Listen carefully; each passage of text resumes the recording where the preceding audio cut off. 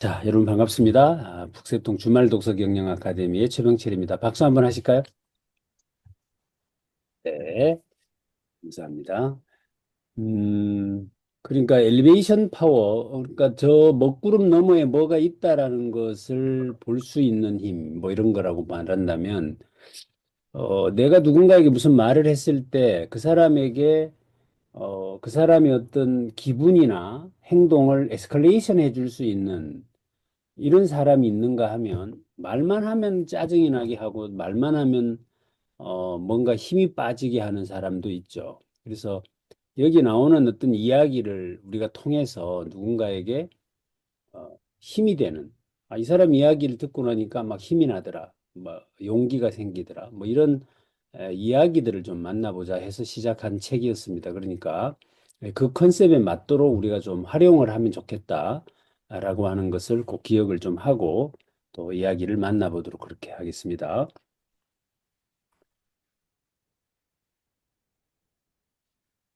2부에서는 먹구름을 뚫고 올라가는 힘, 엘리베이션 파워라고 해서 각 장마다 특정한 주제를 주어가지고 거기에 맞는 내용들을 모아놓은 그런 내용들이 소개됩니다.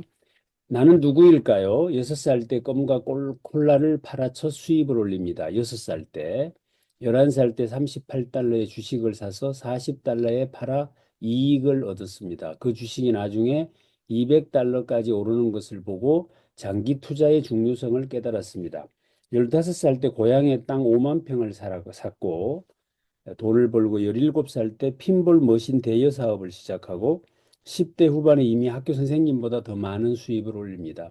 나는 지금 83조 원 세계 부자 랭킹 3입니다.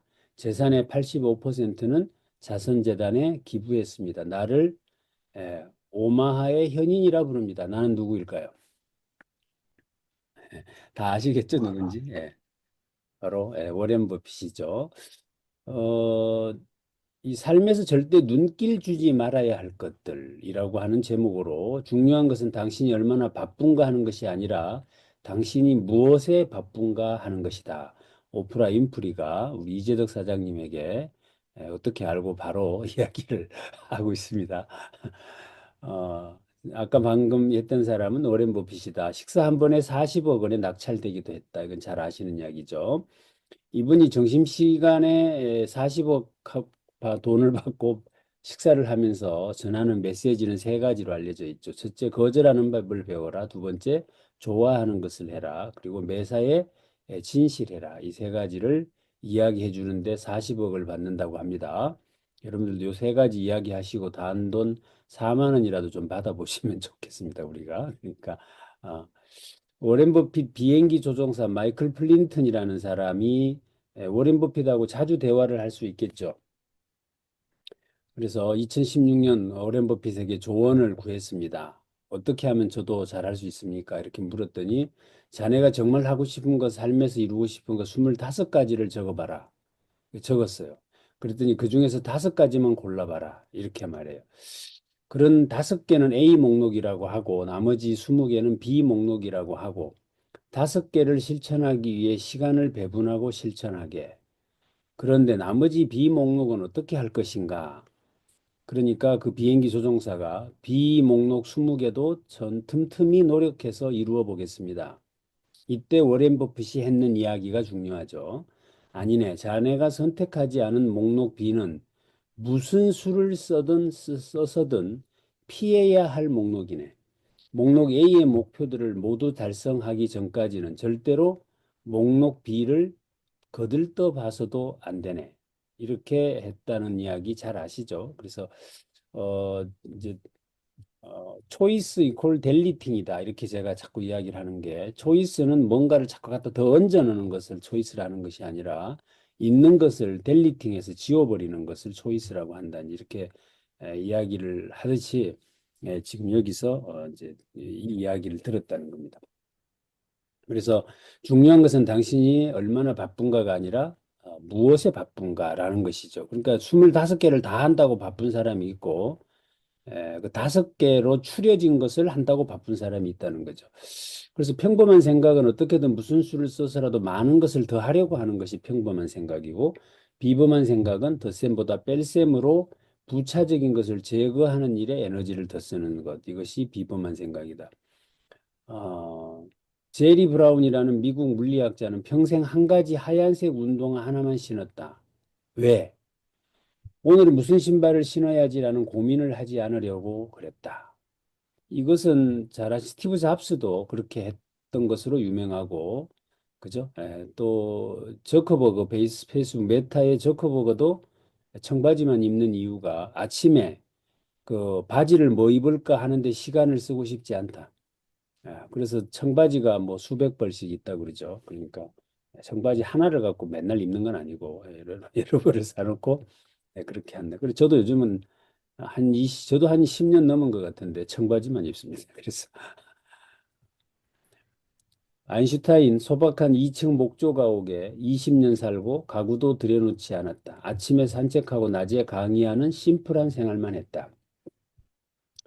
20억 원을 내고 정심 이벤트에 참석한 사람에게 버핏은 자기 일정표를 보여주는데 워렌 버핏의 일정표에는 텅 비어 있답니다. 아무것도 쓰여져 있지 않다는 거예요. 왜 그렇죠?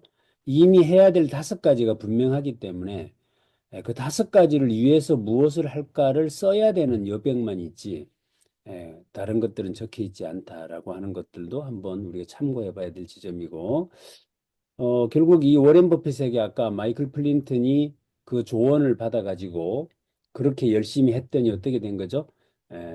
이 비저너리 항공사 CEO가 되어서 독립을 하게 됩니다. 그래서 워렌 버핏의 전용기의 조종사는 항공사의 CEO로 탈바꿈되었다라는 이야기를 소개하고 있습니다. 자, 다음에 미치도록 행복한 나를 만나는 비결. 어떻습니까? 제목 하나하나가 여러분들 어디에서 이렇게 한 말씀씩 하실 때 굉장히, 그러니까 미치도록 행복한 나를 만나는 비결입니다. 저기 보면 행복한 비결은 내가 좋아하는 일을 하는 것이 아니라 내가 하는 일을 좋아하는 것이다. 캠핑 가서 모닥불을 피워보면 안다. 모닥불 피울 때는 어렵지만 어느 시점부터 모닥불의 일렁거림을 즐길 수 있다. 생각도 모닥불 피우기와 비슷하다. 이 상태가 몰입이다. 이렇게 이야기를 합니다. 아이작 뉴턴의 몰입을 이야기하는데요. 1965년에 이제 흑사평 창궐이 되니까 아수라장이 되죠. 캠브리지 대학에서 휴학을 하니까 고향에 돌아와서 그 농장에 내려와 가지고 22살 때, 그, 저, 그 뭐죠? 누워 가지고 그 이 관찰 실험으로 극한의 몰입 상태에 빠졌다고 하죠. 1000쪽에 달하는 백지 노트를 메모를 했고 몇 시간 동안 나의 눈은 큰 상처를 입었다. 어느 쪽 눈도 밝은 물체조차 볼 수가 없었고 보이는 것은 눈앞의 태양뿐이었다. 나는 쓸 수도 읽을 수도 없었고 오직 방을 어둡게 만든 다음 3일 동안 틀어박혀 있어야 했다. 뉴턴은 빛이란 무엇인가에 몰입하고 있었을 때 저런 상태였다고 합니다. 2년 동안 뉴턴이 노트에 기록한 이 주제들이 다 만유인력의 법칙, 빛의 기본 성질 규명, 미적분의 발명 이런 일들이 그때 다 일어났다고 소개를 하고 있습니다. 나는 몇 달이고 몇 년이고 생각하고 또 생각한다. 그러다 보면 99번은 틀리고 100번째게 되어서야 비로소 맞는 답을 얻어낸다라고 아인슈타인의 이야기를 소개하고 있습니다. 이제 여기서 지난번에 우리가 다루었던 바로 그 몰입이라는 이야기가 언급되고 있습니다. 그러니까 우리는 책 한 권으로 통해서 봤지만 이 책은 한 챕터에 이 몰입에 대한 이야기를 아주 심플하게 요약 정리를 해 놓은 것이에요. 우리나라의 몰입의 1인자는 잘 아시는 대로 황농문 교수님이십니다. 그죠? 이분이 결국에 몰입을 think hard, 그러니까 뭔가를 깊이 있게 뭐 어떤 것들을 생각하는 힘이다라고 정의를 하는데 사람은 자신의 뇌를 5%도 가동하지 못한 채 장작에 매캐한 연기만 피우듯 산다고 합니다. 미국 연수과정에서 한 가지 주제에 20시간 온전히 몰입해 있는 동료 학자들을 보고 각성을 했고 이대로 가면 뇌에 5%도 못 써보고 죽겠구나라는 생각이 들어서 매 순간마다 오직 한 가지 생각에만 집중하려고 노력을 해왔다. 이렇게 본인을 소개합니다. 심리학에서 몰입이란 자아의식이 사라질 만큼 무언가에 심취한 상태, 행복의 절정을 경험하는 순간이 이제 몰입의 상태라고 하면서 여기서 굉장히 중요한 이야기가 소개가 됩니다. 칙센트 미하이 도표라는 것이 지금 왼쪽에 보이는 그림인데요. 저기에서 수준 높은 과제를 만나야 하고 이를 풀어낼 수 있는 자신의 능력을 극대화할 때 몰입 현상이 일어난다. 자, 이게 무슨 이야기죠? 나의 실력이 극대화되고, 그 다음에 수준이 높은 과제를 만날 때 몰입이 된다는 거예요. 그러니까 시시한 것들을 만나갖고는 몰입이 되지 않는다는 이야기가 됩니다. 지금 저기 보면, X축, Y축이 있는데, X축에서 과제 값이 뭐예요? 저기 보면, 실력 값이 높은 상태, 그리고 세로축에서 과제의 수준이 높을 때 제일 우측 상방에 뭐가 있죠? 몰입이 있죠. 예. 저때가 가장 몰입도가 높아진다라는 이야기죠. 그러니까 우리가 자신감이 생기는 것들은 내 실력은 높은데 과제 수준이 낮을 때 자신감이 생긴다는 거예요. 그죠? 그러니까 이제 우리가 보통 지금 신학기잖아요. 신학기에 지금 엄마들 해야 될 일이 뭐죠? 엄마들이 기본으로 해야 될 일. 학교 가셔가지고 아이를 자신감을 높여주고 오셔야죠. 그렇잖아요. 예, 치맛바람을 일으켜서 우리 아이가 새로 신학교에 가서 첫 번째로 상을 받게 한다든지, 우리 집에 잘 산다라는 걸 보여준다든지, 뭔가 자신감을 확 실어넣고 와야 애가 깃발이 살잖아요. 근데 거기에서 보면, 실력이 낮은 수준에서의 과제값을 만나보게 하는 거예요. 그러면 애가 자신감이 붙는다는 것이고, 독서는 뭐죠? 실력은 높은데 과제값의 수준이 낮죠. 그게 지금 느긋함이 생기고 독서 식사 이런 거죠. 그래서 이 표가 굉장히 이제 유용한 표인데 여기서 우리가 기억해야 될 것은 수준 높은 과제를 만나야 몰입이 된다는 사실입니다. 그래서 좀 시시한 것들을 만나 갖고는 몰입이 되기 어렵다는 거예요. 그러니까 뭐 수준 높은 어떤 과제라는 것은 이제 목표값을 키워라, 꿈을 키워라 뭐 이런 것이 될 텐데 이제 한번 그래서 여기 보면 구글은 신제품을 개발할 때 스프린트라는 방법을 사용한다. 5일의 짧은 기간 동안 프로젝트의 윤곽을 잡고 초스피드로 시제품까지 만드는 몰입 기법을 사용한다. 이것도 굉장히 기억을 한번 해봐 두시면 좋을 것 같아요. 그러니까 이게 이제 지난번에 우리 그 몰입에 대해서 공부할 때 데드라인이라는 이야기를 썼죠. 그러니까 데드라인 없는 목표 값은 의미가 없다라는 이야기를 했는데 이제 그 방법을 쓰는 거죠. 최첨단 제품을 5일 만에 만들어내도록 몰아붙여 버리는 거죠. 이게 이제 해커튼이라고 하는 방법으로도 씁니다. 해커튼. 해커튼이라는 게 이제 삼성에서 주로 쓰고 있는 방법이기도 한데 해커 플러스 마라톤의 의미예요. 그러니까 끝날 때까지 계속 가는 거예요. 그래서 퇴근 안 시킵니다. 퇴근 안 시키고 어떤 주제에 대해서 완전히 끝장 볼 때까지 해버리고 가게 하는 방법 이런 것들을 한 번씩 써보면 좋을 것 같아요. 그래서 우리도 예를 들면 요새 뭐 한강 작가 책들이 요즘 많이 올라오던데 한강 작가 책을 완전히 씹어 먹어버리자.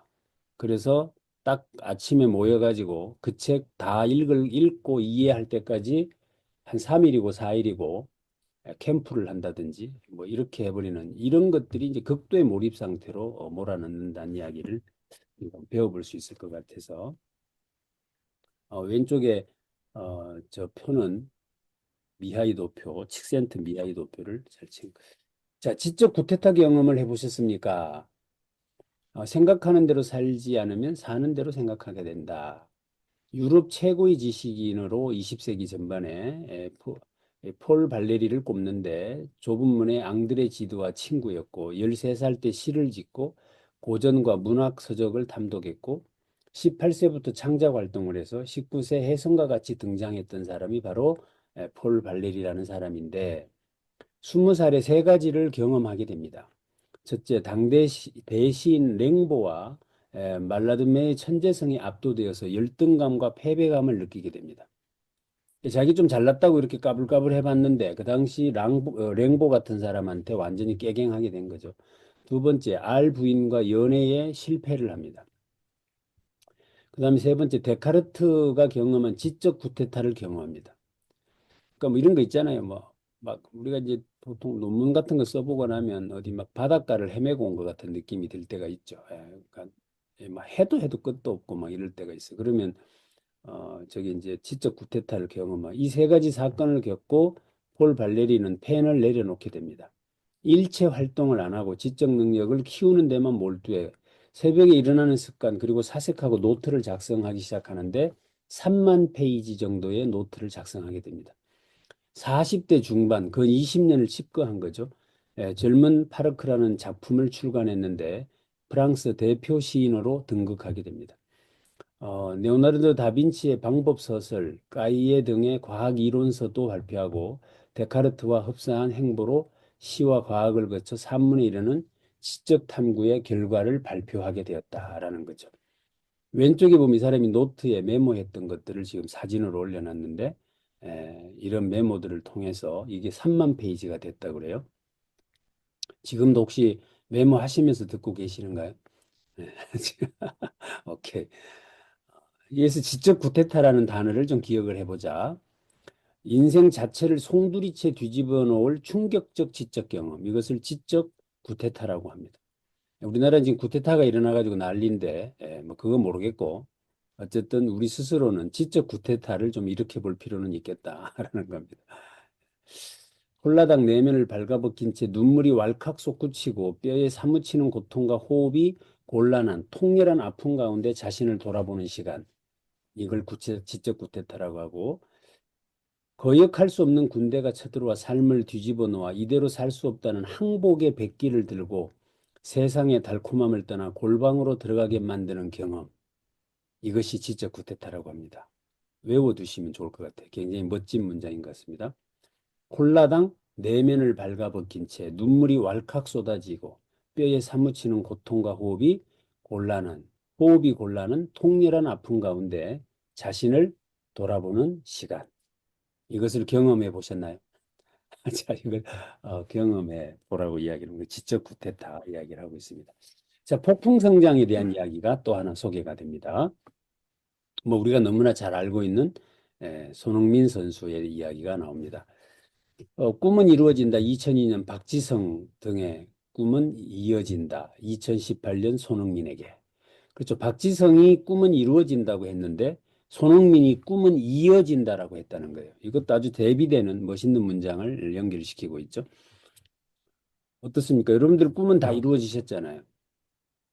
지금 여기 북새통 들어오시는 분들 그래도 다 살 만큼 사실 만한 분들 아닙니까? 그러면 여러분의 꿈은 나름대로 이루어진 겁니다. 그러면 여러분이 만들어 놓은 우리의 꿈이 우리 자식들에게 이어지게 하느냐의 문제죠.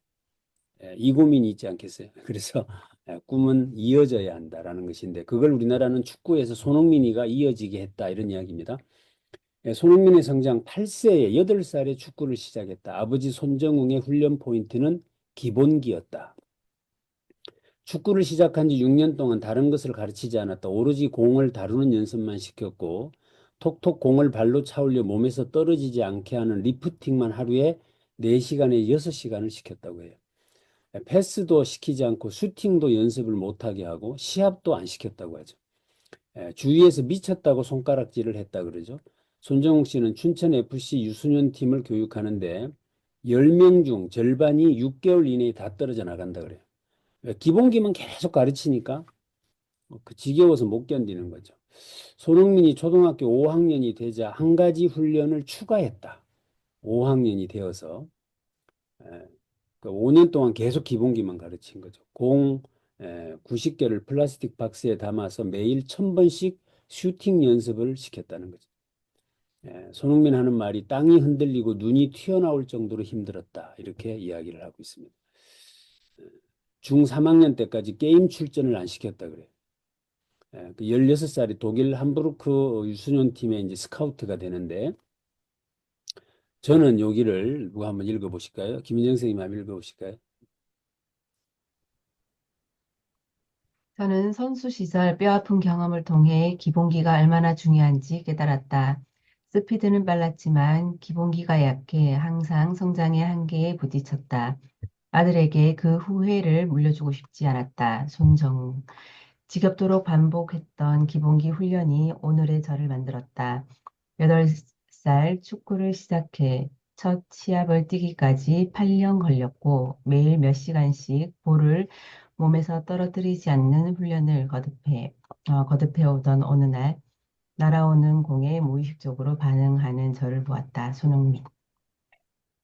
그러니까 우리나라는 이걸 이제 해설가들이 뭐라고 표현하죠? 문전 처리 미숙이라고 하죠. 그러니까 이게 문전 앞에만 가면 나약해지는 우리 축구 선수들. 그게 이제 기본기가 약해서 그렇다는 것인데 그걸 이제 손정웅 아버지는 알고 있었고 그것을 아들에게 완전히 교육시켜서 그렇게 했다. 뭐 이런 이야기입니다. 그래서 이제 폭풍선장, 이제 퀀텀 리프라고 소개를 하고 있는데 나의 벗이 몇인가 헤아려 보니 수석과 송죽이라 동산의 달이 밝게 떠오르니 그것은 더욱 반가운 일이로다. 나머지는 그냥 두어라. 이 다섯 외에 더 있으면 무엇 하겠는가? 고산 윤선도의 오우가에 나오는 이야기입니다. 예, 이 다섯 가지 있으면 됐지. 뭘 더 가지려고 그렇게 발버둥 치냐. 뭐 이런 이야기가 되겠죠. 윤선도는 다섯 가지 벗으로 물, 바위, 소나무, 대나무, 달을 꼽았는데 네 번째 벗 대나무를 이렇게 노래했다. 나무도 아니고 풀도 아닌 것이 곱게 자라기는 누가 시켰으며 또 속은 어찌하여 비어 있는가? 저렇게도 사철 늘 푸르니 나는 그것을 좋아하노라. 풀도 아닌 것이 나무도 아닌 것이 곧게 자라고 또 누가 시킨 것도 아닌데 속은 비어 있고 저렇게 사철 늘 푸르기만 하니 나는 그것을 좋아하노라. 멋있잖아요.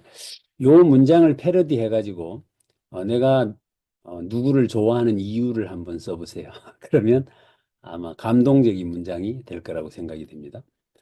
대나무는 생물학적으로 외떡잎 식물, 즉 풀에 속하는데 나무라 부르는 이유는 크기와 그 단단함 때문이다. 풀은 연약하고 금방 시든다. 제가 저 최홍기 단장님 이 연주실에 한 번씩 가보면 그 대나무를 베어다가 그 잔뜩 쌓아놨더라고요. 그걸로 이제 뭐 대금도 만들고 피리도 만든다고 그러시는 것 같은데 그래서 아마 대나무의 이야기를 좀 아실 것 같아요. 근데 여기 보면 대나무가 곱고 높게 푸르고 성장하는 비밀은 씨를 뿌리면 2년 지난 후에 아무 변화가 없다. 3년이 지나서야 30cm 죽순이 나오고 4년까지 더 자라지 않는데요. 그런데 5년째 대나무가 폭발적으로 성장하기 시작하고 마디마다 생장점이 터지기 시작하면 하루에 1m씩, 1시간에 소나무가 30년 걸려 자라는 길이만큼 쑥쑥 솟구치고 비밀은 뿌리가 4년간 수는 안 자랐지만 뿌리를 뻗고 있어서 그렇기 때문이다라고 이야기를 하고 있습니다. 손흥민은 하루 공식 훈련이 끝나도 매일 2시간씩 개인 연습을 하고 시즌을 마치고 국내에 들어오면 아버지에게 가서 또 개인 훈련을 소화한다고 합니다. 그러니까 우리 손흥민 선수 하는 걸 보면 어때요? 어떤 곳에서 공을 받아도 불안하지 않죠. 그러니까 어떤 곳에서 어떤 발로도 슈팅이 가능한 그런 선수로 자라게 된 데는 바로 저 대나무의 성장 비밀을 아버지가 알고 있었고 그것을 훈련시켰기 때문이다라고 소개를 합니다. 자, 마음을 다해라. 마음을 다해라. 할 수 있는 모든 최선을 다할 때 삶에 어떤 기적이 나타날지 아무도 모른다. 헬렌 켈러가 한 말이고 정약용 선생님 이야기를 합니다. 유배를 갔는데 촌동네에 간간히 찾아오는 제자들을 가르치면서 사셨고 18년 동안 수십 명의 제자를 길러내고 저마다 마지막에는 그렇게 했지만 스승에게 등을 돌리고 떠났다고 해요. 매우 깐깐한 스승이었기 때문에 그랬답니다. 정치적으로도 뒤를 봐주지 않고 심지어 창을 들고 방에 뛰어든 제자도 있었다고 합니다. 정약용 선생님한테. 이게 사실 어떤 스승님 밑에 있느냐가 출세하는 하나의 방법이잖아요. 근데 유배가 있는 스승 밑에 배우면 배울 거는 많겠지만 정치적으로 줄을 대주지 않잖아요. 우리 저 대학에서도 똑같아요. 어떤 지도교수 밑에서 학위를 하느냐에 따라서 그 사람의 역량이 달라지듯이 그렇습니다. 다산이 전남 강진의 바닷가 마을에 정착해서 작은 방 하나를 얻어 아이들을 가르치고 있었는데 15살 된 소년 하나가 머리를 긁적이며 다산에게 물었답니다. 선생님, 저 같은 아이도 과연 공부를 잘할 수 있을까요? 이렇게 물었어요. 내가 어째서 그런 말을 하느냐? 이렇게 물으니까 그 15살 된 애가 선생님, 저는 세 가지 문제가 있습니다. 첫째, 머리가 둔하고요. 둘째는 앞뒤가 꽉 막힌 것이고 셋째는 분별력이 없어 답답한 것입니다. 이 빨간색 글씨를 누가 한번 읽어볼까요? 네. 그 재미나는 세상 만들기 박 박사님 한번 읽어봐 주실래요? 배움을 갈구하는 사람에게는 보통 세 가지가 큰 문제가 있는데 너에게는 없다. 첫째, 외우는데 민첩한 것이요. 둘째, 글짓기에 날렵한 것. 셋째, 깨달음이 재빠른 것이다. 외우는데 민첩한 아이들은 공부가 쉬워 보여 소홀하고 글을 날렵하게 짓는 아이들은 자기 재주만 믿고 글이 가벼이 들떠 도황된 대로 흐르지 이해력이 빠른 아이들은 투철하게 알지 못한 고로 그 지식이 오래가지 못하는 법이다. 계속. 머리가 둔하다고 했지. 너처럼 머리가 둔한 데서 공부를 파고드는 사람은 식견이 넓어진다. 앞뒤가 막혔다고 했지. 그 막힌 것을 한번 뚫게 되면 그 흐름은 누구도 막을 수 없다. 답답하여 분별력이 없다 했느냐? 그럼에도 불구하고 포기하지 않고 연마하는 사람은 결국 지혜의 빛이 반짝반짝 빛나게 된다. 엘리베이션 파워라는 책에서 우리가 사실 꼭 기억해야 될 부분이 정약용 선생님의 화법이에요. 어떤 애가 저는 머리도 나쁘고요. 뭐 빨리빨리 못 알아먹고요. 그다음에 뭐 분별도 잘 못하고 이게 똥인지 된장인지 꼭 찍어 먹어봐야 되고요. 이런데 내도 저 같은 사람도 공부할 수 있어요. 이렇게 물으면 여러분들한테 찾아와가지고 뭐라고 하시겠어요? 그래, 니는 마치아라 자식아. 머리가 그래 나빠가 공부해가 되겠나? 그러니까 저기 뭐 가서 농사나 짓고 뭐 그래 살아라. 이렇게 하신다면 그죠? 근데 정영 선생님은 그렇게 하지 않았다는 거죠. 보통 공부하는데 문제가 있는 사람은 세 가지가 있다. 첫째는 외우는데 빨리 외우는 사람 공부 어렵다. 두 번째, 글짓기 빨리 하는 사람들 안 된다. 세 번째는 빨리빨리 그걸 알아듣는 사람. 이런 사람들 공부하는데 한계가 있다. 그런데 너는 머리도 나쁘고 민첩하지도 않고 부변도 잘 못하니까 니는 공부하기에 대박이다. 이렇게 말한 거 아니에요? 그러니까 이게 누군가에게 좌절감을 주지 않고 용기를 준 거죠. 예. 이게 이제 제가 이 책에서 우리가 이제 제목을 한번 본다면 누구를 만나도 힘이 되는 이야기. 그래서 어제 제가 뭐라고 책을 안내해 놨죠? 말만 하면 또는 이 글을 쓰면 숙제를 남기는 듯한 느낌을 주는 거 옳지 않다. 예, 그죠? 예, 그래서 누군가에 힘을 주는 이런 글들이 나오면 좋겠다라는 말씀을 드렸는데 제가 좀 그렇죠. 제가 뭐 말을 하면 숙제를 남기는 것 같고, 글을 쓰면 뭔가 해야 될 것 같은 강박이 있고, 이게 이제 한계점인데, 그래서 정약용 선생님이 이 이야기를 꼭 기억을 하면 좋겠다.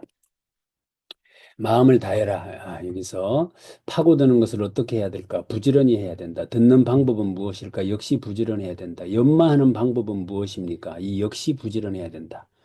그러니까 파고들고 듣고 연마하는 모든 것들은 다 부지런해야 가능하다라고 이야기를 하고 있습니다. 스승님의 가르침대도 저는 부지런히 이 세 가지를 하고 싶습니다. 어떻게 하면 부지런함을 지속할 수 있을까요? 했더니 마음을 다하는 데 있다라고 했습니다.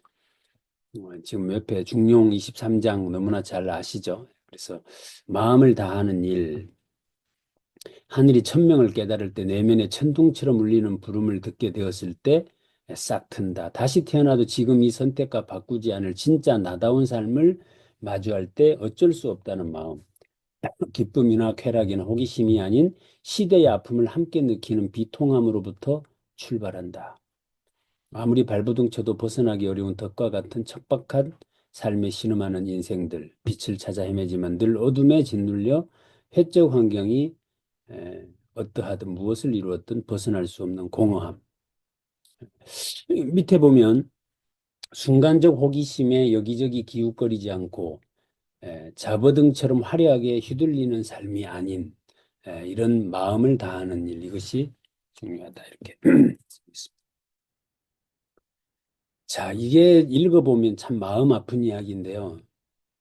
마음을 다하는 일이 뭐냐는 거죠. 그 마음을 다한다. 정성을 다한다. 이런 게 뭔 뜻이냐 이 말을 소개해 놓고 있으면서 유배 초기에 다산이 지은 시예요. 시가 애절량이라는 시입니다. 이 시를 한번 들어보도록 하겠습니다. 달빛과 함께 주물님께서 한번 읽어보실까요? 내 마음을 다하는 일이란 애절량. 갈밭 마을 젊은 아낙 길게 길게 우는 소리 관문 앞 달려가 통곡하다 하늘 보고 울부짖네. 출정 나간 지압이 돌아오지 못하는 일 있다 해도 사내가 제 약물 잘랐단 소리 들어본 적 없네. 시아버지 3년상 벌써 지났고 갓난 아인 베넷물로 안 말랐는데 이 집 3대 이름 군적에 모두 실렸네. 억울한 하소연 하려 해도 관과 문지기는 호랑이 같고 이정은 얼어렁대며 외양간 소마저 끌고 갔다네. 남편이 칼 들고 들어가더니 피가 방에 흥건하네. 스스로 부러짓길 아이 낳은 죄로구나.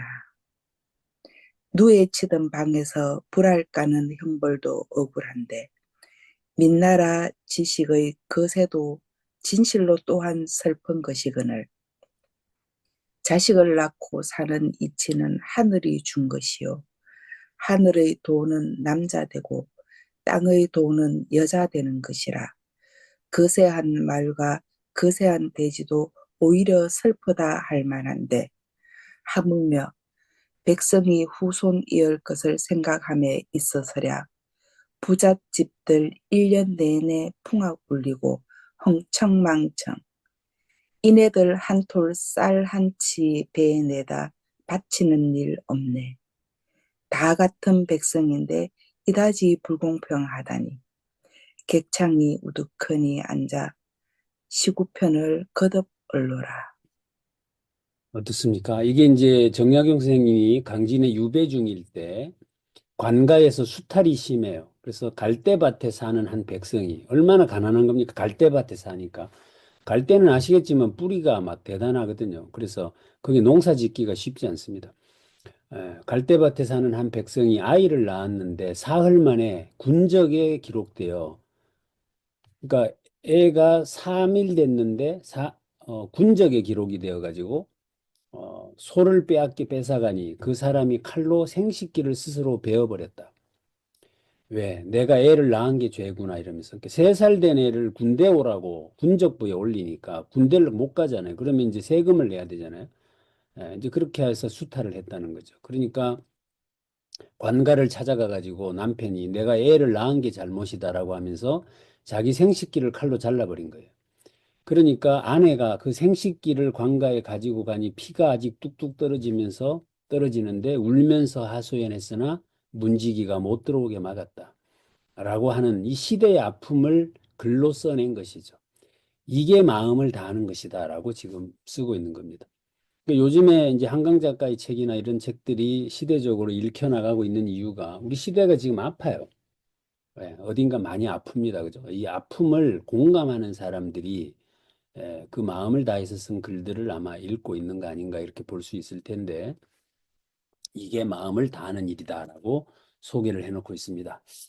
자, 교보문고의 신용호 회장님 이야기를 소개하고 있습니다. 1917년생, 월 출산 기슭에서 출생, 아버지는 독립운동으로 수감 중 아이는 7세의 폐병으로 학교 문턱도 못 넣고 학교 갈 때 친구들은 4학년이었다.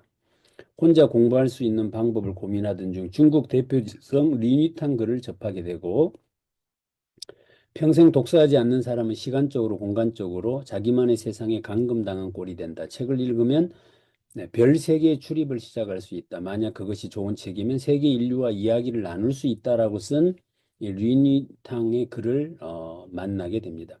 혼자서 천일 독서를 결심하고 3년 동안 미친 듯이 독서를 해서 41세에 회사를 창업하고 직원을 모아놓고 선언했다고 해요.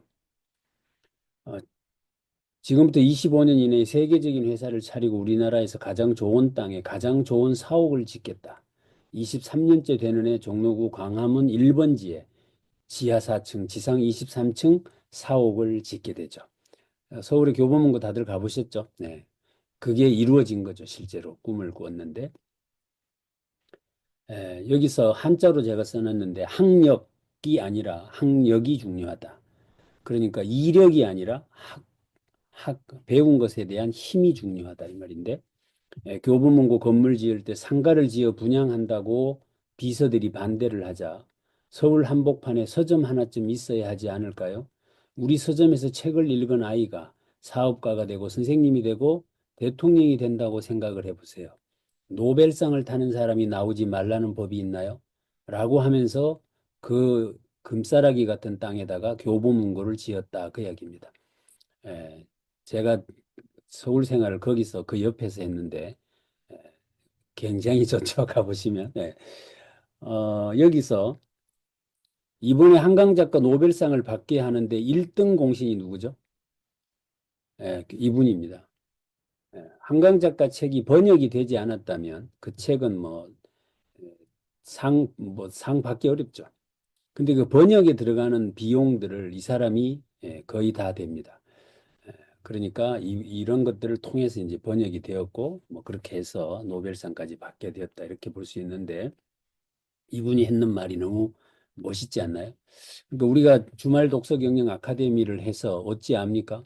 여기에서 이 독서 경영 아카데미를 통해서 대통령을 낳는 엄마가 나올지 어야 합니까? 그러니까 또 그죠? 멋진 외교관이 배출되는 아버지가 나올지 어떻게 합니까? 그죠? 그러니까 그런 생각으로 같이 열심히 해보면 좋을 것 같습니다.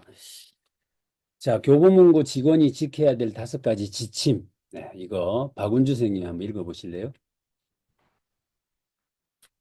네.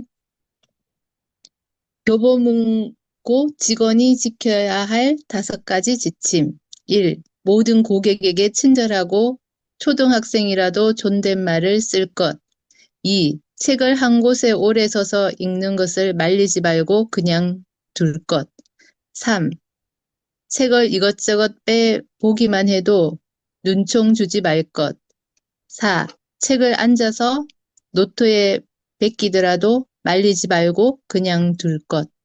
5. 책을 훔쳐가더라도 도둑 취급하지 말고 눈에 띄지 않는 곳으로 조용히 말로 타이를 것. 교육열과 보험을 연결할 수 없을까를 고민했다 그래. 그 당시만 해도 학비가 없어서 학교를 못 갔으니까 그죠. 삶의 질을 높여주는 보험이 없다는 것을 깨닫고 교육보험이라는 아이디어를 만든 사람이 이분이고 담배를 끊고 그 돈으로 진학보험에 가입하면 아들을 대학에 보낼 수 있다라는 상품을 개발해서 우리나라에 뭐 다들 하나씩 드셨었죠. 매사에 따뜻한 땀내 나는 잔정을 베풀어라. 그러면 상대방이 오래 머물게 된다. 교보 빌딩에 가면 대형 전광판이 하나 있죠. 그게 글판인데 20m, 8m. 그래서 거기 문장이 매번 바뀌어요. 가서 보면. 그러니까 그것들을 해가지고 지나가는 사람이 그 문장을 볼 수 있도록 그렇게 배려를 하고 계신다라고 소개를 하고 있습니다. 살면서 멋있다, 그죠? 이렇게 한번 살아보면 멋있겠다는 생각이 듭니다. 자, 시카고 플랜. 이거는 뭐 제가 소개를 너무 많이 드려서 잘 아실 겁니다. 그죠?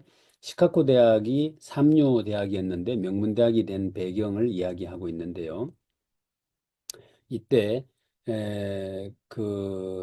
이 허친스 총장이 자기 친구 콜롬비아 대학의 철학자 모티어 아들러 박사하고 의기투합을 합니다. 그래서 야, 어떻게 하면 우리 학교를 명문대학을 만들 수 있겠니? 라고 이제 총장이 상의를 하게 됐고, 아들러가 위대한 저서 목록을 보여주면서, 만약 시카고 대학에서 이 위대한 저서들로 학생들을 가르쳐 보실 의향이 있으면 저도 함께 하겠습니다. 라고 했다고 해요. 그래서 이 허친스 총장하고 이 아들러 박사하고 합치해서 시카고 대학의 그 유명한 시카고 플랜이라는 게 탄생하게 되죠. 20대 초반 학생들과 매주 머리를 맞대고 고전을 읽고 토론하는 일에 온 힘을 다해서 했는데 이거 한번 잘 보실 필요 있어요. 처음에는 전혀 효과를 못 느낀대요. 30건쯤 독파하면 변화가 보이고 50건을 넘어가니까 학생들이 질문의 질이 달라지기 시작했고 상상력 등의 폭발적인 성장이 일어나면서 100권에 도달하니까 완전히 잠재력이 드러나게 되더라라고 하는 이야기를 이제 소개하고 있습니다. 기득권 교수들이 엄청나게 반대를 한 거예요. 애들 공부시켜야지 뭐 그런 책 읽게 한다고 되나 뭐 이러면서 이제 반대를 한 거죠. 그런데 1930년 커리를 고전 100권 읽고 토론하는 세미나를 핵심 프로그램으로 바꿔버립니다. 결국 22년 후에 종단됐는데 현재까지 노벨상 81명이 나왔다라고 되어 있는데 제가 누적 카운트를 보면 현재까지 87개가 나왔습니다. 이 학교 출신이 받은 노벨상만. 그래서 이 두 사람은 그 뒤로 세인트 존슨 대학으로 소속을 옮겨 지금도 그 프로그램을 하고 있죠. 이 세인트 존스 대학이 뭐죠? 이 대학도 똑같은 프로그램을 하는데 이 대학교 출신 중에 유명한 사람이 아시는 대로 바로 이 페이스북 메타의 저커버그가 이 학교 출신입니다. 그래서 이 학교는 책 100권을 읽고 토론이 되면 졸업을 시켜줘요. 이 세인트 존슨 대학도. 그렇게 해서 여기서 쏟아져 나온 수없이 많은 천재들을 소개해 놓고 있습니다. 그래서 책 읽는 거 해라. 이렇게 이제 세인트 존스에서 대표적으로 알려져 있는 바로 그 저커버그 사진이죠. 여기 보면 4년간 고전 수업은 강의도 없고 시험도 없고 고전 100권만 읽고 토론을 한다. 우리나라 조한별 씨가 이 학교 졸업생인데 미국 주류 대학원에 진출을 했고 이 세인트 존스 대학교 출신들이 대부분 그거 자체를 인정받아서 이제 대학원을 아주 유명한 대학원을 많이 가게 되는데 이렇게 하는 이야기들을 쭉 정리해 놓고 있습니다. 자, 오늘 이제 마무리하려고 그랬더니 좀 바쁘네, 그죠? 아직도 한참 남았는데. 그만할까요? 그 비밀번호를 아시나요? 우화 한 남자가 미국 근무 발령을 받아 노모와 함께 가자고 하니 한사코 노모가 거절을 하더랍니다. 아들 내외가 부담될까 봐 야야 뭐 너희들끼리 가라. 나는 뭐 집에 있을란다. 이래서 할머니 혼자 사시는데 기력도 떨어지고 표정도 어두워요. 이 할머니가 또 맨날 그 폐지를 주우러 다녀요. 그러니까 사람들이 아들한테는 소식 없어요? 이렇게 이제 물어요. 그러니까 주변 사람들은 이 궁핍한 노모 모습에 불효하는 자식들에게 화를 냅니다. 이때 할머니가 뭐라고 말하는가 하면 우리 아들은 한 달에 한 번씩 꼭 편지를 보내고 가끔 그림도 하나씩 보내준답니다. 그렇게 말을 하면서 아들 변호를 하죠. 근데 어느 날 추운 날 할머니가 안 보여요. 그래서 집에 들어가 봤더니 이 할머니가 단정하게 돌아가 계신 거예요. 죽으신 거예요. 그래서 아들 연락처를 찾느라 방을 막 사람들이 뒤지다 보니 한쪽 구석에 몇 장의 그림이 붙어 있었답니다. 그 그림이 뭐였느냐면 바로 1만 달러짜리 수표였습니다. 이 할머니는 수표라는 걸 그림으로 본 거죠. 그게 수표라는 걸 몰랐던 겁니다. 그러니까 아들이 매달 그 수표를 보내줬는데 이 할머니는 그걸 그림이라고 벼랑박에 붙여놨는 거죠. 그러니까 나중에 이제 살기가 힘들어져서 돌아가셨다 그 말입니다. 어떠세요? 그러니까 이게 참 환장할 일입니다. 그죠? 그래서 이 우화를 하나 적어놓고 그 다음에 또 하나가 있어요. 한 남자가 등산을 갔는데 폭설을 만나서 조난을 당합니다. 며칠을 헤매다가 탈진 직전 멀리 불빛을 발견하게 되고 기어갔더니 주름 가득한 할머니 한 분이 살아 계시더라. 그 이제 거기 가서 기절을 했죠. 이제 나중에 눈을 떠보니까 이제 정신이 좀 드시오. 이 지독한 눈보라는 3, 4일은 걸릴게요. 그 사이 걱정 말고 잘 회복하세요라고 할머니가 말씀을 하셔요. 그러면서 얼마 안 되는 식량을 아낌없이 내줍니다. 그래서 다행히 이제 이 남자는 살아났고 감사를 표시하고 싶어서 수표 한 장을 담아 할머니 방 한쪽 구석에 놓고 산을 그냥 내려갔대요. 집을 한 채 살 정도의 금액이었다고 하죠. 1년 후에 다시 겨울 되니까 남자는 그 할머니가 계신 곳이 궁금해서 찾아가 봅니다. 새 집을 짓고 잘 살 것으로 생각을 하고 갔더니 싸늘한 분위기의 문을 열어보니 할머니가 돌아가 계셨다. 숨져 계셨다. 남자는 방을 둘러보다 깜짝 놀랐다. 창호지가 구멍이 났는데 그 구멍 난 곳에다가 문풍지로 수표를 붙여 놓았더라. 이 할머니도 수표를 처음 본 거예요. 이게 참 많은 생각을 들게 합니다. 그죠? 예, 지금 어쩌면 오늘 우리가 듣고 있는 이 이야기 속에도 진짜 수표가 있을지 몰라요. 근데 그것을 문풍지인 줄 알고 그냥 흘려듣거나 버려버리거나 이러고 있는지도 모르겠습니다. 어쩌면. 그죠? 그런 생각을 하게 하는 멋진 우화 두 개가 소개되어 있습니다. 그러면서 비밀번호를 아시나요? 낱말 하나하나가 우리의 삶과 무게와 고통으로부터 해방시킨다. 그 언어는 바로 사랑이다라고 합니다. 그러니까 우리가 지금 그 문장을 오늘의 한 문장을 올리고 있잖아요. 이것이 누군가에게는 어쩌면 그 1억 원짜리 수표일는지도 모르는데 그것을 그냥 대충 흘려버린다거나 못 알아보고 있는지도 모르겠고 이럴 수 있습니다. 그러니까 글 하나를 올릴 때 우리가 그런 마음으로 올리고 이렇게 하면 서로에게 좀 도움이 되지 않을까 이런 생각도 해보게 하는 그런 우화를 소개하고 있습니다. 고전은 산삼과 같다. 논어 페이지마다 1억 원짜리 수표가 끼워져 있다면, 플라톤 대화 한 페이지마다 5천만 원짜리 수표가 끼워져 있다면 수표를 현찰로 바꾸는 능력이 필요하다. 고전에 가득 넘치는 수표 따발, 그것을 현찰로 바꾸는 비밀번호는 바로 두 글자 사랑이다 라고 소개를 합니다. 공동체를 섬기는 사랑, 약자를 보살피는 사랑, 대의를 위해 기꺼이 사랑을 몸소 행하는 용기를 보일 때 고전의 지혜는 우리를 눈부신 삶으로 이끌어준다. 그렇게 써, 그죠? 이거는 유대인들이 쓰는 방법인데 아이들에게 독서하는 습관을 길러주기 위해서 어떻게 한다 그러죠? 아이가 책을 한 페이지 읽고 나면 엄마가 옆에 있다가 숟가락으로 꿀을 한 숟가락 떠서 입에 넣어준다고 하죠. 그래서 책 300페이지까지 읽고 나면 꿀 한 300숟가락 먹고 나면 애 머릿속에 무슨 생각이 든대요? 책을 읽는 것은 달콤한 일이구나라는 생각이 들게 만들어준다 그러죠. 그럼 그다음부터 이제 독서를 열심히 하게 된다고 하는데 우리도 책을 볼 때 한 페이지마다 1억 원짜리 수표가 끼워져 있다고 생각을 하면 아주 신이 나서 열심히 잘 읽을 것 같은데 그죠? 예. 책이 있는 구석방에서 벌어지는 일. 2010년 의문의 실험을 했습니다. 알바 모집 공고를 했는데 20평 안락한 공간에 혼자 30일을 견디면 950만 원을 지급한다는 내용이었다. 30일간 TV, 책, 컴퓨터, 신문, 인터넷 대화를 단절하고 오직 창조적 활동만 하면 다만 그림 그리기나 손으로 쓰기는 가능한데 주 2회 심리학자와 대화하는 것 말고는 접촉도 금지돼 있어요. 단 24시간 CCTV로 촬영하는 조건에 30일을 견디면 950만 원 알바비를 준다고 모집 공고를 냈다 이 말입니다. 7일까지는 중도 포기할 수 없으며 시급 11,000원인데 계속 올라 완료 시 950만 원을 준다 이런 내용이었어요. 이때 지원자가 한 명이었다 그래요. 여러분 같으면 지원하시겠어요? 지원자가 한 명밖에 없었대요. 그래서 실험 이후 정신적 문제가 생기면 국내 최고 의료진의 치료를 제공하겠다. 단 자해는 보상하지 않음이라는 문구 때문에 아무도 지원을 안 했다는 겁니다. 한 사람 외에는. 이게 뭐냐. 막연하게 저기 뭔가 정신적으로 문제가 생기겠구나. 라고 생각을 하니까 아무도 지원을 안 한 거 아니겠어요? 한 사람만 했는데 그 한 사람은 30일 동안 영어 단어 10,000개를 외우겠다고 시작했는데 13일 차에 악몽을 꾸고 결국 포기했다고 합니다.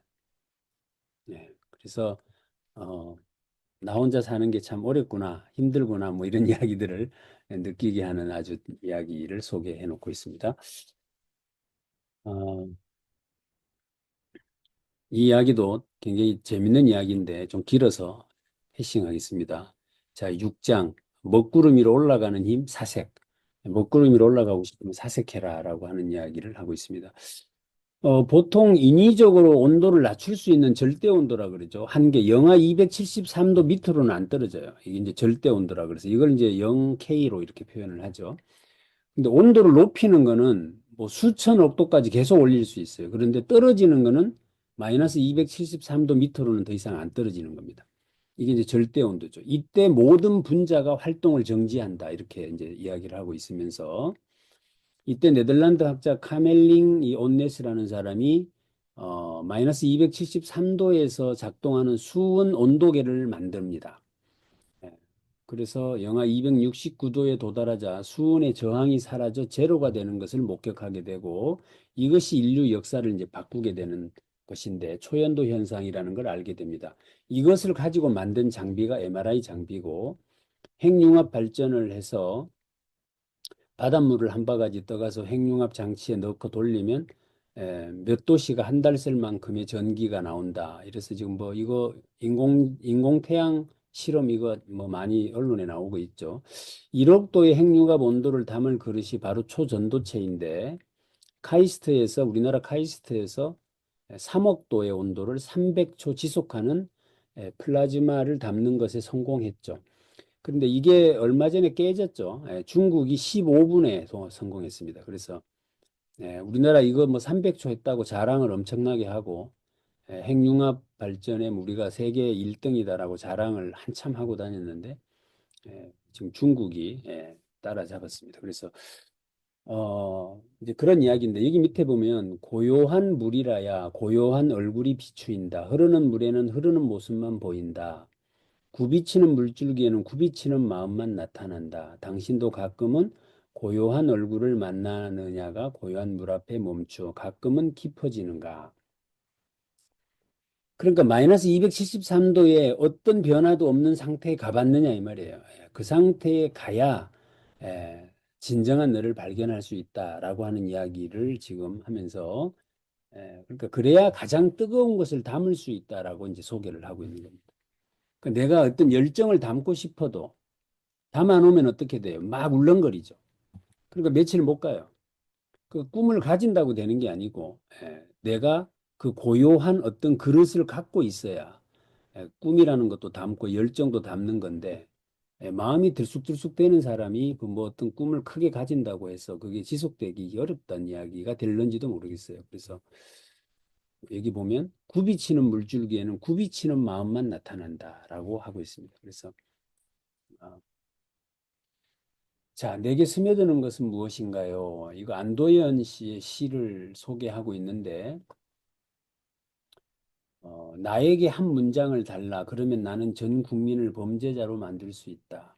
안도현에 스며드는 것 버둥거렸으리라 버둥거리다 어쩔 수 없어서 삶 속으로 스며드는 것을 그 한때의 어스름을 꽃게는 천천히 받아들였으리라. 이거는 박웅현 씨 책을 읽어보면 아주 설명을 멋지게 해놓고 있습니다. 그래서 박웅현 씨 가족들은 이 꽃게를 안 먹는다 그러잖아요. 꽃게를 담아가지고 항아리에 넣고 거기다 간장에다가 간장을 갖다 들이부으면 그놈이 안 죽으려고 얼마나 발버둥을 쳤겠어요. 그런데 일정한 시점이 지나면 그게 자기 몸속으로 스며드는 것을 알고 자기가 품고 있는 알이라도 살리려고 그 알을 부둥키고 죽어 있을 것이다. 그렇게 죽은 것을 맛있다고 먹냐 인간아. 이제 이런 이야기가 이제 박웅현 씨 책에 나옵니다. 그래서 결국에 우리가 문장 하나를 만났을 때 너에게 스며드느냐 이야기를 지금 하고 있는 것이죠. 이 이야기를 통해서. 그래서 내게 스며드는 것은 무엇입니까? 라고 하는 이야기를 하면서 이게 뭐예요? 아침에 첫 텍스트를 신중하게 선택해라. 15분간 고전을 필사하며 하루를 시작해라. 스며드는 것은 간장게장이나 푸른 잉크만이 아니다. 뇌리에 가장 잘 스며드는 것이 바로 언어다. 라고 합니다. 그래서 요즘에 우리 오늘의 한 문장에 한번 새겨볼 만한 이야기입니다. 그래서 어떤 문장이 나에게 스며드느냐라고 하는 거. 아침에 좋은 문장을 만나고 이렇게 하는 것이 좋다라는 이야기를 합니다. 그래서 가장 뜨거운 삶을 살아내기 위해서는 가장 차가운 단절의 상태, 즉 세상과 분리의 자신을 돌아보는 사색 시간이 필요하다. 자, 이것도 좀 패싱을 하고 자, 삶이 흔들릴 때 이 남자를 기억하소서. 천편의 시를 외우는 남자 문길섭 씨. 광주에서 소공연장을 운영하는데 그의 곁에는 늘 1000명의 천사가 동행한다지요. 중학생 때 담임 선생님이 김소월의 초혼을 단숨에 외우는 것을 목격하고 큰 울림이 느껴져서 프랑스에 산 적이 있는데 400편의 시를 암송했다.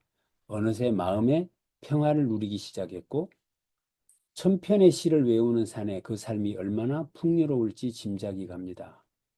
자연스레 품격 있는 언어들이 노출할 수 있는 시간과 공간을 만들어야 합니다. 우리에게 스며든 언어가 결국 우리 인생을 이끌고 갈 것입니다. 자, 천편의 시를 외우니까 무엇을 봐도 그 시가 떠오르지 않겠어요? 그럼 이 사람이 바라보는 세계는 어떨까요? 이걸 생각해 보면 얼마나 풍요로울지 상상이 되죠. 그러니까 지금 어떻습니까? 이제 봄이 오니까 이제 막 봄이 움트기 시작하죠. 예, 옆에 가보면 나무가 이제 막 싹이 이렇게 금방 이렇게 돋아날 것 같은 느낌들이 들고 하죠. 그것들을 내가 감정으로 소화해낼 수 있느냐의 부분에서 이분은 이제 그렇게 풍요롭게 산다 이런 이야기를 하고 있고, 여기에 보면 엄마 아빠가 제주도로 이사를 가게 되는데 레미콘을 지나가는 걸 보고 엄마와 아이가 대화를 했다고 해요. 아이가 엄마 레미콘은 왜 계속 빙글빙글 돌아가는 거예요? 이렇게 물어요. 엄마가 시멘트 굽지 말라고 돌아가는 거지. 아이가 엄마, 응? 지구도 사람이 굳지 말라고 계속 돌아가는 거예요? 이렇게 묻더라는 거예요. 도시에 있을 때는 하면 안 되는 것 차단해야 할 것이 너무 많았어요. 아니야, 거긴 안 돼. 그만 소리가 입에 붙어 있었죠. 제주에 온 뒤로 그럴 필요가 없어요. 그야말로 마음껏 발산하고 내지르죠. 그 아이 마음 속에 엄마, 지구도 사람이 굳지 말라고 계속 돌아가는 거야. 얼마나 창의적이고 얼마나 순진합니까? 그죠? 이 마음이 혹시 오염되면 안 되겠다 싶어서 이 아이를 데리고 제주도로 이사를 간 겁니다. 그래서 이 아이가 가진 창의력과 순수함이 그대로 지켜지도록 아이를 키워준 거죠. 엄마가. 그래서 아이 이름은 전이수고 그 아이가 그 창의력을 바탕으로 책을 3권이나 쓴 꼬마 작가가 되었다라고 소개를 하고 있죠. 그래서 우리에게 가지고 있는 어떤 그 순수함이라고 하는 것, 그것을 이제 어떻게 지켜낼 것이냐, 뭐 이런 이야기도 이 노련한 사냥꾼의 방식이다. 그래서 저 파란색 글씨를 어, 누가 한번 읽어보실까요? 어, 이재덕 사장님 한번 읽어봐 주실래요?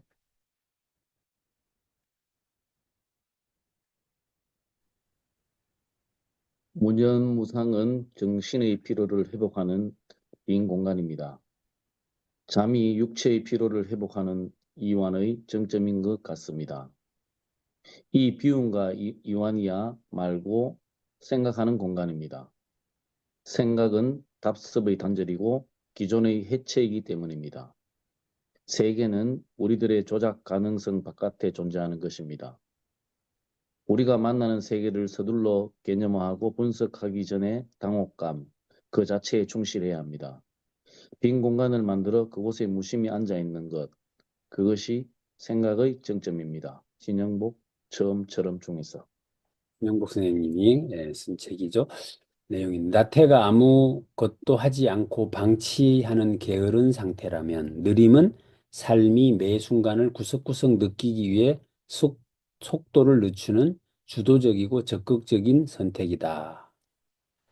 나태가 아무것도 하지 않는 것인데 나태와 이 느림을 같이 섞어서 말하면 안 되겠다. 그죠? 나는 지금 느린 겁니까? 나태한 겁니까? 이것을 분명하게 좀 규명해 볼 필요가 있겠다.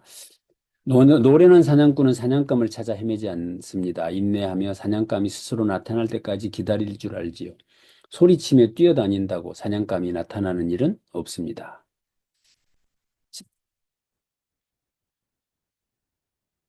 글로 머리를 쓰는 것이 아니라 글을 머리로 쓰는 것이 아니라 마음으로 쓰는 거예요. 생각을 정리한 다음 글을 쓰려 하지 말고 글을 쓰게 해보세요. 초고를 쓸 때는 반드시 마음으로 써야 해. 고쳐 쓸 때 머리로 쓰는 거란다. 이거 별표합니다. 그러니까 글을 쓸 때는 처음에는 무조건 마음으로 써라. 그 다음에 고치는 건 머리로 고쳐라. 머리로 글을 쓰지 말고 이야기죠. 그래서 사람들이 오해한다. 생각을 잘 정리하고 그 생각을 글로 옮긴다는 것이 대표적인데 그렇게 글을 쓰면 발전하기 어렵다. 몇 글자라도 글을 쓰기 시작하면 종이에 적힌 글씨를 보면서 그때부터 생각이라는 녀석이 자기 본인의 역할을 시작한다. 생각이 글을 낳는 것이 아니라 내가 쓴 글이 글을 낳게 하는 것이다. 시인은 철학자가 되어서는 안 된다. 철학은 철학자가 하게 내버려 두고 시인은 언어로 언어를 만들어내야 한다. 철학으로 글을 쓰는 것이 아니라 시로 시를 써야 한다. 철학이라는 것은 극히 생각을 기본으로 하죠. 나는 누군가, 뭐 어떻게 살 것인가. 그러니까 뭐 그런 것들을 가지고 글을 쓰지 마라라고 이야기를 하고 있습니다. 시로 시를 쓰고 글로 글을 쓴다. 약해지지만 일본 시바타 도요 92세에 첫 시를 쓰기 시작해서 100세 할머니가 100만 부 판매에 돌파. 이분은 원체 소개가 많이 되신 분이죠. 그래서 아마 많이 아시고 계실 텐데 바람과 햇살과 나 바람이 유리문을 두드려 문을 열어주었지. 그랬더니 햇살까지 따라와 셋이서 수다를 떠네. 할머니 외롭지 않아? 바람과 햇살이 묻기에 사람은 어차피 다 혼자야. 나는 대답했네. 그만 고집부리고 편히 가자는 말에 다 같이 웃었던 오후. 기록하지 않은 것은 역사가 아니다. 그 햇살을 받으면서 창가에 앉아가지고 있었던 그것을 이렇게 기록을 했다는 거죠. 그러니까 이것이 이제 하나의 역사가 되었다. 이런 이야기를 하고 있습니다. 이분이 쓴 대표적 약해지지 마라는 것도 있잖아요. 있잖아 불행하다고 한숨 짓지 마. 햇살과 산들바람은 한쪽 편만 들지 않아. 꿈은 평등하게 꿀 수 있는 거야. 나도 괴로운 일 많았지만 살아있어 좋았어. 너도 약해지지 마. 는 자, 교사 이호덕 선생님 이야기를 소개하고 있습니다. 1960년대 경북 시골학교 선생님으로 부임을 했는 이 이호덕 선생님께서 어린이 여러분 글짓기 하지 마세요. 글을 짓는 것이 아니라 쓰는 것임을 강조하면서 네 가지를 강조합니다. 그러니까 글짓기 하지 말라는 거예요. 글을 쓰기 해라. 이 글짓기와 글쓰기라는 개념을 명확하게 분리해 주고 있습니다. 자신이 평소에 하던 말을 그대로 글로 옮겨 써도 괜찮아요. 아이들에게 이렇게 가르쳤다는 거죠. 더러 서툰 말이 나와도 상관없어요. 꾸며 쓰지 마세요. 잘 쓴 글이라고 남의 글을 절대 흉내내지 마세요. 슬프고 괴로운 일, 부끄러운 일도 괜찮아요. 얼마든지 좋은 글이에요. 만들어내는 글짓기는 하지 마세요. 있는 그대로를 쓰는 글쓰기를 하세요. 라고 가르치셨대요. 그랬더니 초등학교 2학년짜리가 글을 썼는데 제목이 촌이에요, 촌. 우리는 촌에서 마로 사노. 도시에 가서 살지. 라디오에서 노래하는 것 들으면 참 슬프다. 그런 사람들은 도시 가서 돈도 많이 벌릴 게다. 우리는 이런데 마로 사노. 이렇게 글을 썼다고 해요. 초등학교 2학년짜리가. 여기에 뭐죠? 서툰 말이 나와도 상관없어요. 꾸며 쓰지 마세요. 이랬더니 얘가 이 말에 용기를 내가지고 이게 지금 안동 영주 발음이죠. 뭐 하려고 사노 이 말이잖아요. 뭐하러 사노 이제 그 말인데 그걸 그대로 써놓으니까 얼마나 와닿습니까? 초등학교 2학년 여학생이 쓴 글인데요. 한번 요 두 개의 시를 한번 읽어보도록 하겠습니다. 정현수 선생님 한번 읽어보실래요? 내 마음 초이 여학생, 네 얼굴이 못됐다. 내가 못돼 노니까. 아이들이 나한테 놀자 안 한다. 아이들은 제 마음대로 논다. 아버지하고 초3 학년 남학생. 아버지하고 동, 아버지하고 동장 내 집에 가서 비료를 지고 오는데 하도 무거워서 눈물이 나왔다. 오가다 쉬는데 아이들이 창교 비료 지고 간다 한다. 내가 제비 보고 제비야 비료 저다 우리 집에 갖다 다오 하니 아무 말 안 한다. 제비는 푸른 하늘 다 구경하고 나는 슬픈 생각이 났다. 기가 막히죠? 초등학교 3학년한테 저 동장 집에 가 비료 한 포대 지고 와라 이래 시켰는 말이죠. 그러니까 이 초등학교 3학년짜리가 비료 한 포대를 지고 이제 저기 집 가는데 얼마나 무거웠겠어, 그죠? 그러니까 이놈이 눈물이 나더라는 거 아니에요. 그래서 제비 보고 야 제비야 이거 비료 저 갖다 주면 날라주면 안 되겠니? 이렇게 했더니 아무 말도 안 하더라. 그래서 자기는 슬픈 생각이 났다. 이런 글을 써내더라. 이거 한번 또 누가 김 원장님 한번 읽어보실까요? 네. 내가 학원을 내가 학원을 밤 7시에서 9시까지 해서 마치고 오는데 별이 있나 없나 하늘을 보면서 터벅터벅 걸어간다. 집 가까이 가는데 현호가 있어. 함께 한 바퀴를 또 돌고 외로운 길을 2번 간다. 조사남. 이호덕 선생님 하시는 말씀이 글을 쓰게 하는 것보다 더 좋은 교육이 있는지는 나는 모릅니다 하면서 글의 배후에는 흉악한 것들이 도사리고 있습니다. 권위와 거짓, 독점과 폭력이 스며 있습니다.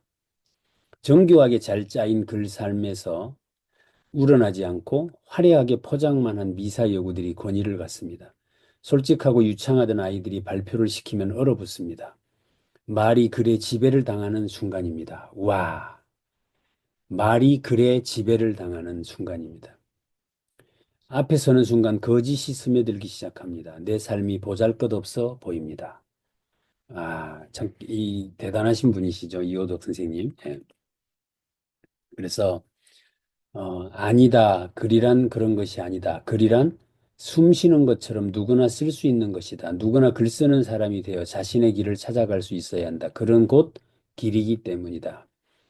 글 짓기가 아닌 글쓰기로 그 가슴 속에 다 쌓인 답답함을 털어놓는 것은 마치 숨을 쉬는 것과 같다라고 하고 있습니다. 그래서 우리가